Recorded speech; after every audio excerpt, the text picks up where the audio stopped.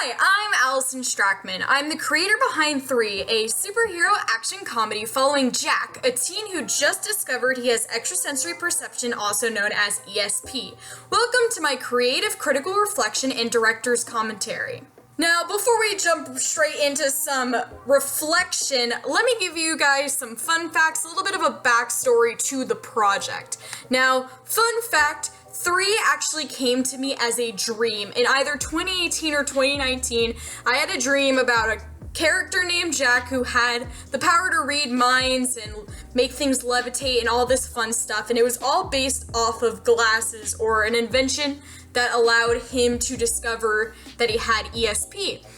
From this dream, I started writing it as a short story or a short novel, and when I entered into AICE Media and found out what I needed to do for the class, I took that as an opportunity to transfer the project that really belonged on screen to the screen. So yes, 3 was not an off-the-cuff idea that I came up with just for AICE Media. It's a project that I've been working on for the last couple of years, something that I'm truly passionate about.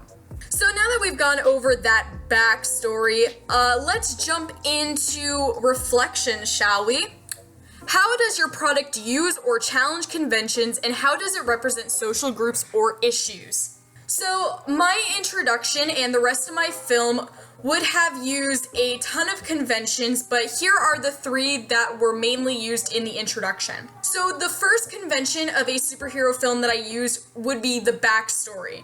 Now, backstories have always fascinated me. I always like seeing where superheroes have come from. Were they born with their powers? Were their powers given to them through some kind of freak accident? Were their powers technologically enabled? All this stuff always fascinated me in superhero movies. So I wanted to include a backstory into my film, which is what you saw developing in the first 2 minutes.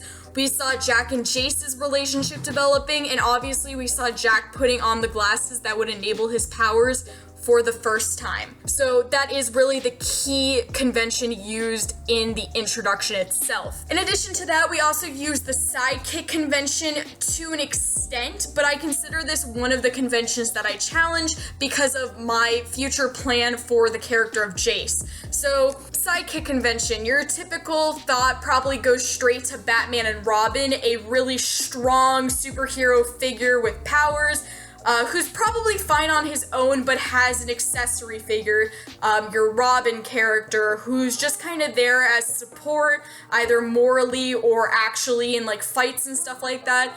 But if the superhero were to lose that sidekick, they probably wouldn't suffer any more than maybe an emotional loss, because that superhero, their sidekick is a sidekick, that's all they are. In developing the story of 3, I definitely planned to have Jace take on a more duo role, more like a Ant-Man and the Wasp type thing rather than a sidekick position for Jace. So even though it almost appeared like he was going to be a sidekick to Jack, that convention definitely would have been more than broken as the film progressed. Lastly, the convention of technology is more than present in the introduction and would have been throughout the rest of the movie, that being the use of glasses, which were an invention by his friend Jace, and this technology enables Jack's powers, therefore making it a part of the film that could not have been replaced in any way, shape, or form. In terms of social groups represented,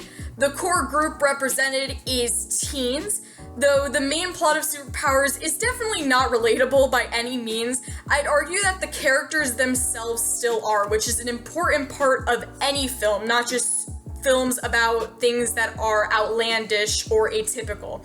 Both Jack and Jace are your standard dorky high school students who anyone could relate to.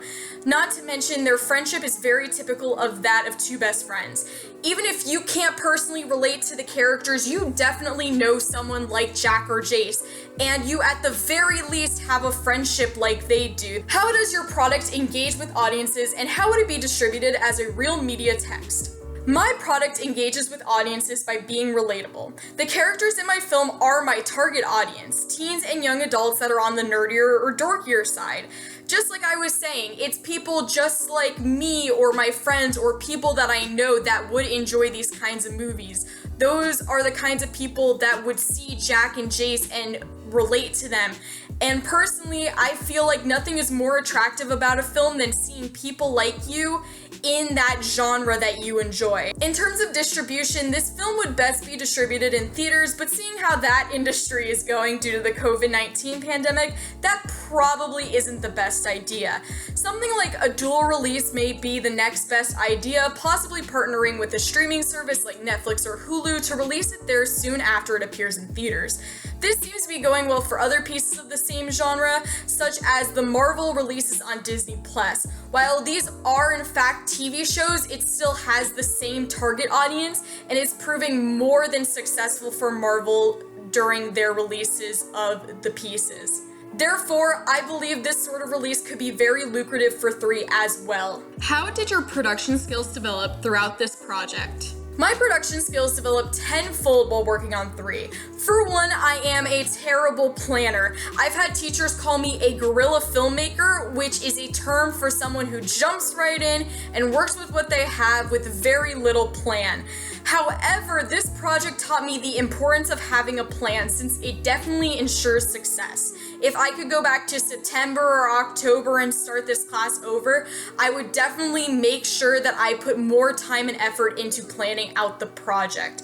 It would have saved me a lot of stress and anxiety within the past month of editing the project. This was also my first true passion project using Premiere Pro, since a lot of projects that I've used on the program in years past have simply been assignments for school and other things that I didn't necessarily feel super strongly about. So in editing something that I would consider a passion project, I learned a lot about the program since I wanted to ensure the best for the project. So I learned how to do things like fixing wind and audio, how to do different transitions, all this stuff that really helped develop my production skills. How did you integrate technologies, including software, hardware, and online, in this project?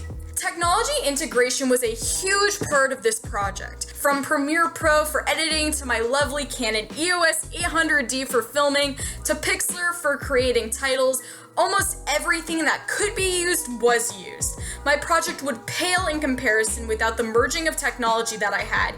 Even losing a quality source for fonts would have seriously made a difference. I felt like the introduction to Powerpuff Girls making this project, software, hardware, and the literal internet, together they make 3.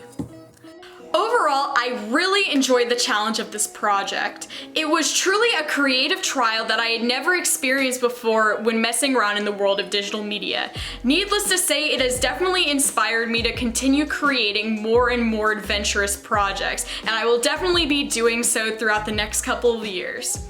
I'd like to thank you all for following my journey, and I hope you enjoyed my 2-minute film introduction for 3. Stay hydrated!